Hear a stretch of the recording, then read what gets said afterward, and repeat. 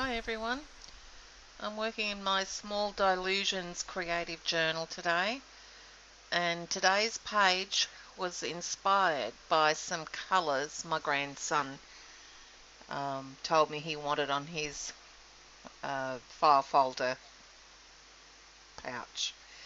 So I'm using greys and blues and a touch of purple. I've yet to make his file folder pouch, but anyway, we'll get there. I wanted to know how these colours were going to look and how I was going to apply them.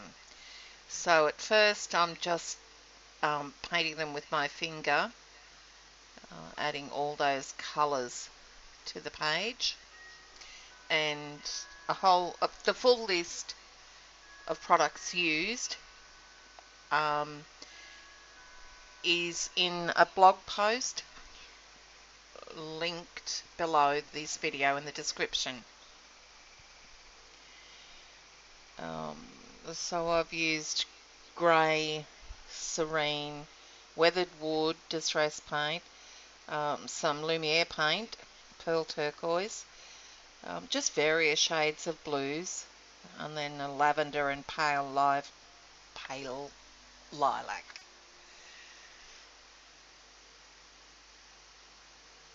So they're all on there now. Now what do? I still had paint left over, so I thought I'd just grab my brush and dab a couple of the colours together on the brush and just paint those on. So I probably could have done away with the first layer.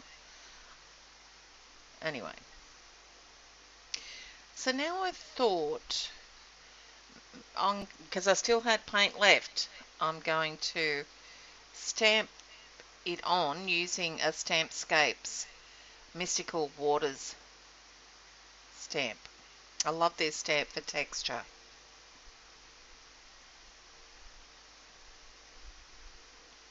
You can see the effect that it gives.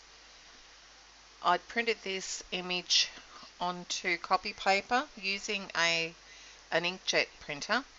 So I just used a lid there to draw the arch to the doorway. Yeah, and I just fussy cut it out. So I'm applying matte medium to the back of the image and the door section there to adhere it, because I'm mindful of the ink from the printer running when I'm brushing over that, but it wasn't too bad actually. So I'm just adding some more matte medium over the edges of the image. And now I go and cover up that beautiful background just around the doorway. So I'm using Payne's Grey, which is a very deep blue-black colour. I love that colour.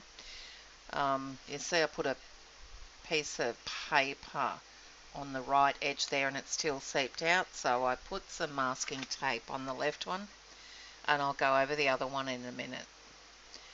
Using an angle brush to paint around that top arch section.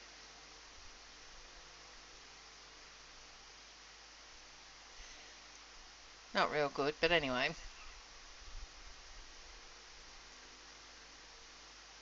It really makes that colour in the arch doorway pop out. So here I am putting masking tape on the other side. I'm painting over it just to give it that straight edge. And now I'm just making a mask out of some greaseproof kitchen paper, just so that when I use the sprays next, the sprays don't seep onto the image and the inside area of that doorway.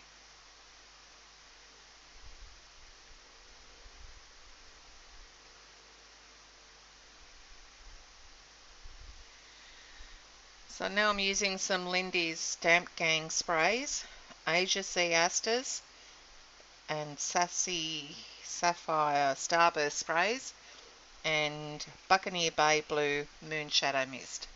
Now why would I put those over the top of a dark background? Well, you'll see in a minute why. And that seeped through anyway, but the wet baby wipe took it off.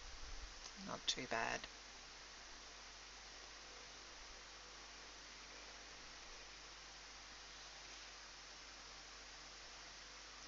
Yeah, I had to make another mask because the other one I'd ripped up because it had spray all over it anyway. So now I'm just going to sponge on some gesso, and you can see now the colours of the blues coming through. Probably not as much as I'd hoped,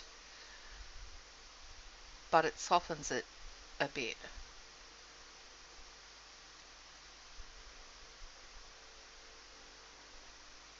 Just making sure I get right to the edge. And so now we're up to the quote. So I'm using a white Sharpie paint pen and it wasn't working too well. I end up trying with a thinner Sharpie paint pen for the rest of the quote and then trying to brighten that top word hope, but then I end up having to get another marker. So, and again we're on the hope trail. The last page had hope as the page theme.